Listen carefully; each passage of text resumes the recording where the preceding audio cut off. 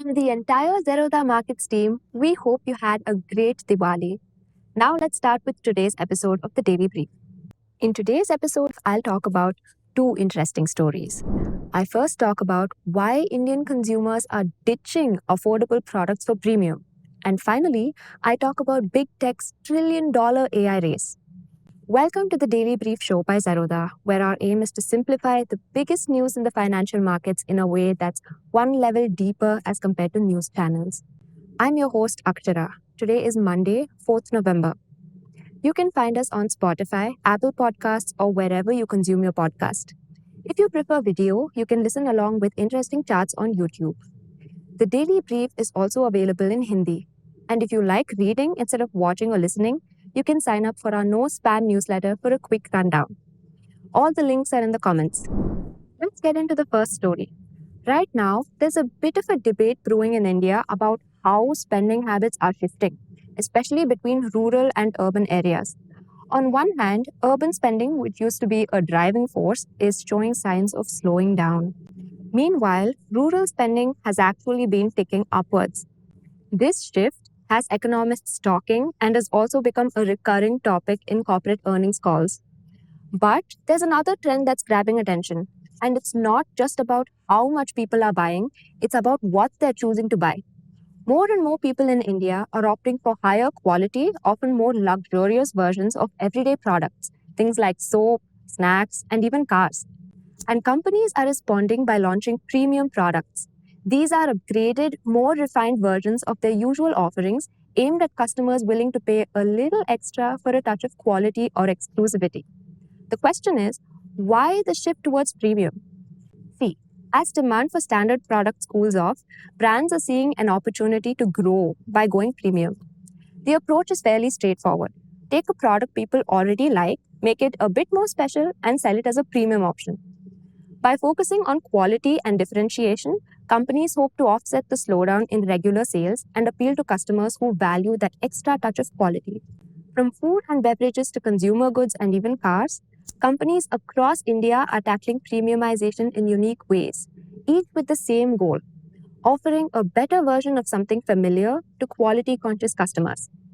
Let's take a look at how some big names are embracing the shift. Number one, consumer products, where we look at Dabur and Hindustan Unilever.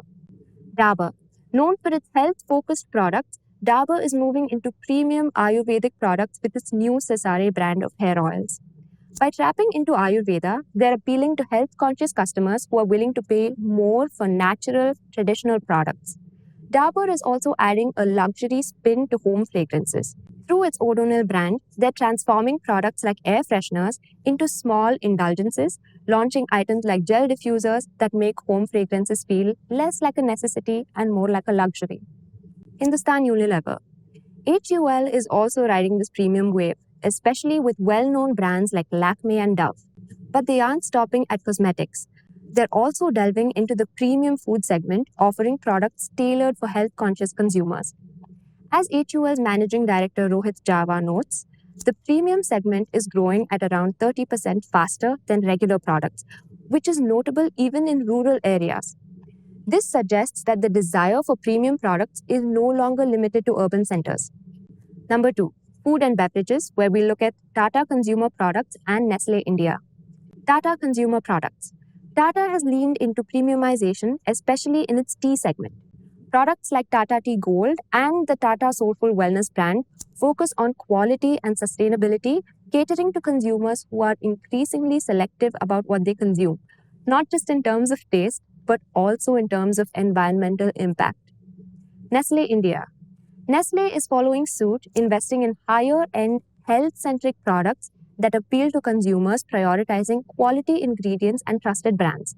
Their focus on premium options aligns with a broader trend towards food products that consumers can feel good about purchasing. Number three, alcohol, where we'll take a look at United Spirits and Radico Khaitan. The premium trend extends even to alcohol, where brands are seeing demand for high-end options.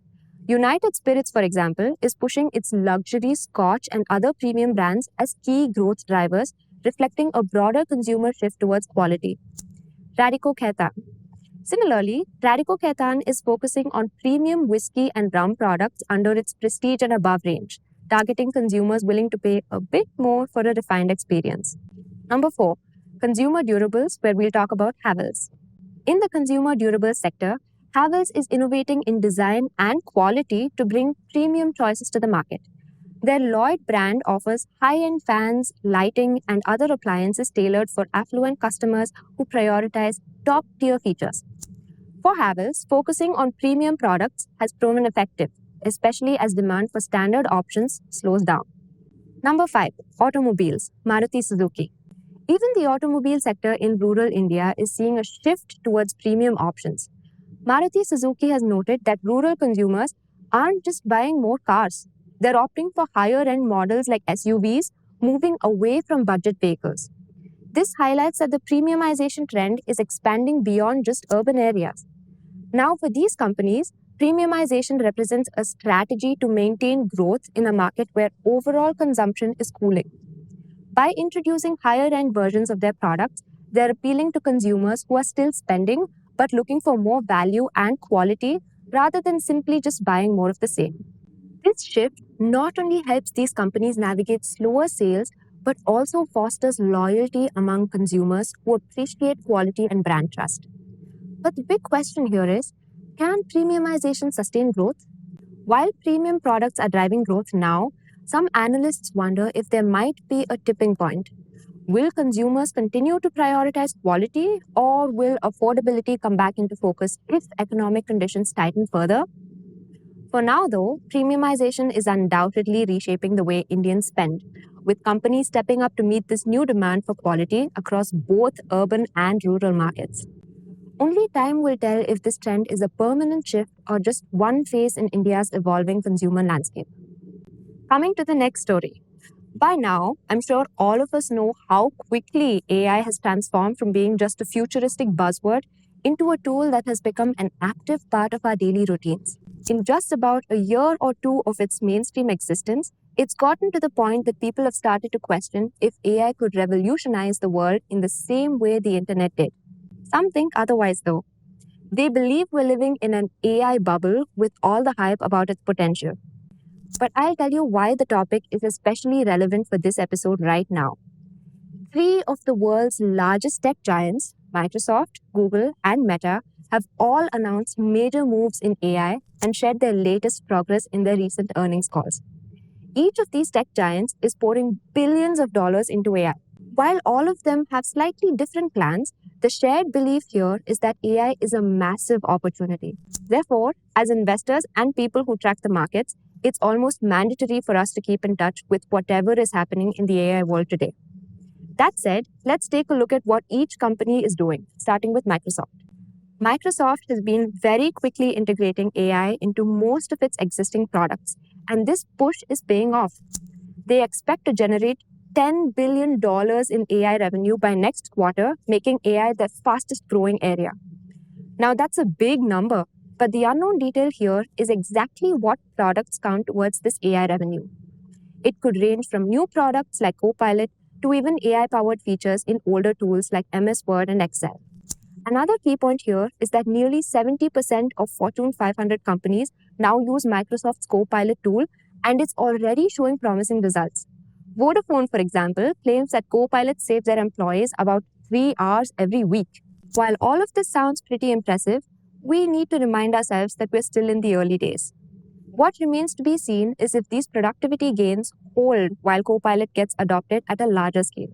Microsoft's AI strategy is to make AI accessible to businesses by embedding it into everyday software. Customer demand is high here, and commercial bookings are up by 30% this quarter.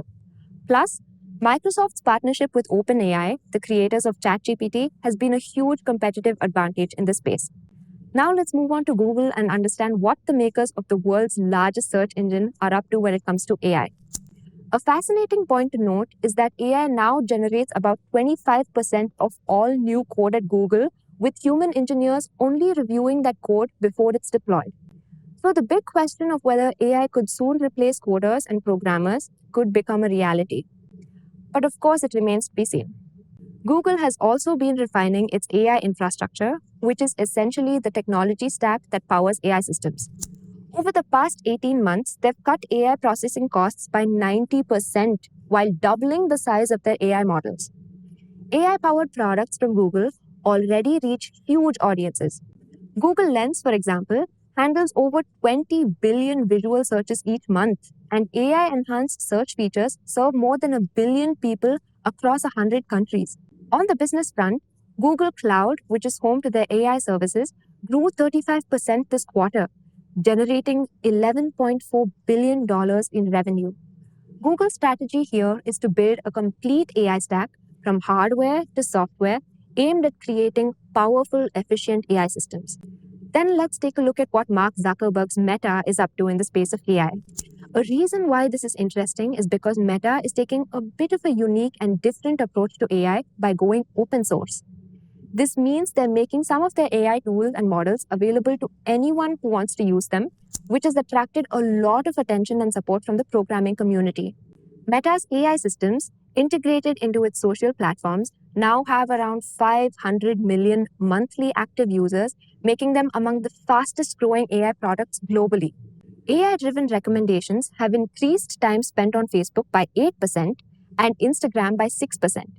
In the advertising space, Meta's AI tools have also become popular, with over 1 million advertisers using these tools last month alone to create more than 15 million ads, boosting conversion rates by about 7% for businesses using AI-generated images. Meta's open source strategy is heavily supported by its Llama models, and they're using one of the largest computing infrastructures in the industry to train the latest Llama 4 model. The company believes open source AI will make development more adaptable and affordable. And if we zoom out a bit, we realize just how massive these companies are. To give you some perspective, in this quarter alone, the combined total revenue of just Google, Facebook, and Microsoft was approximately $182.7 billion, with a net income of about $66.7 billion. This excludes Amazon, Apple, and other tech giants. When you consider that Meta's Threads now has close to 275 million monthly active users and Google Lens is handling 20 billion visual searches each month, it's easy to see the scale. Every day, over 70 billion shots are watched, 2 billion calls are made on WhatsApp, and more than 3.2 billion people use at least one Meta app daily. These figures show the sheer reach and impact of these companies on our daily lives. Now, to support these AI advancements, there's a massive requirement for infrastructure. Microsoft, Google, and Meta are collectively spending over $42 billion a quarter on this. Microsoft spent $20 billion split evenly between building data centers and purchasing computing equipment like servers and AI chips. They've indicated that spending will remain high into 2025 to keep up with AI demand. Google invested $13 billion, with $7 billion directed towards new data center construction specifically for AI.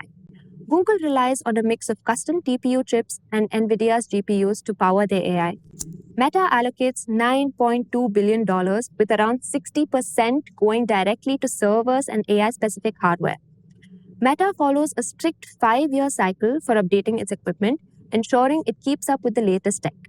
However, building these data centers is challenging. Not only does it take up to 2 years, but there are also limitations around finding locations with enough power and cooling. AI chip supply is tight, with demand outpacing availability. But there's also a downside. These data centers use a lot of energy, both for computing and cooling.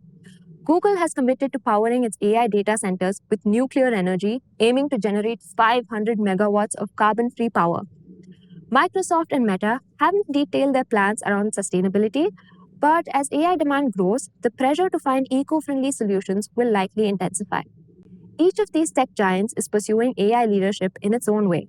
Microsoft is embedding AI into established software products and forming key partnerships.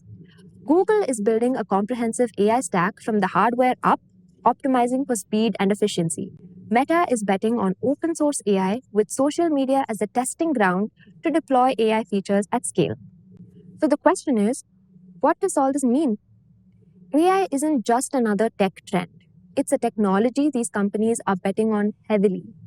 It's being treated as the future of computing, much like the internet was about 2 decades ago. Over $42 billion spent in a single quarter shows the scale of commitment here. Currently, the race is to build the infrastructure needed to support AI. Microsoft, Google, and Meta are leading the charge, each with a unique approach, but a shared belief in AI's potential to transform how we work, connect, and live. Whether these investments will lead to long term gains or fall short remains to be seen. But one thing is clear: AI is moving from hype to reality, setting the stage for a new era in technology. Now, coming to the tidbits for today. Number one, Dabur India is set to acquire a 51% stake in Sesacare, a key player in the Ayurvedic hair oil segment, valuing the deal at rupees 315 to 325 crore. Number two, Zydus Wellness has announced the acquisition of Natural India, a healthy snack maker known for brands like Right Bite Max Protein, for rupees 390 crore. This acquisition aligns with Zydus' strategy to expand in the consumer wellness space and is expected to positively impact earnings from the next year. Number three, Bharti Telecom, owned by Sunil Mittal, plans to raise rupees 8,500 crore via the local bond market in its largest ever rupee issuance. This move follows Bharti Airtel's recent earnings miss and is expected to involve bonds with a potential 9% coupon for terms between 3 to 10 years as it seeks investor bids next week. These were today's big stories. I'm Akshara, and this was the Daily Brief. See you in the next episode. Disclaimer: this content is for informational purposes only. None of the stocks, brands, or products mentioned are recommendations or endorsements.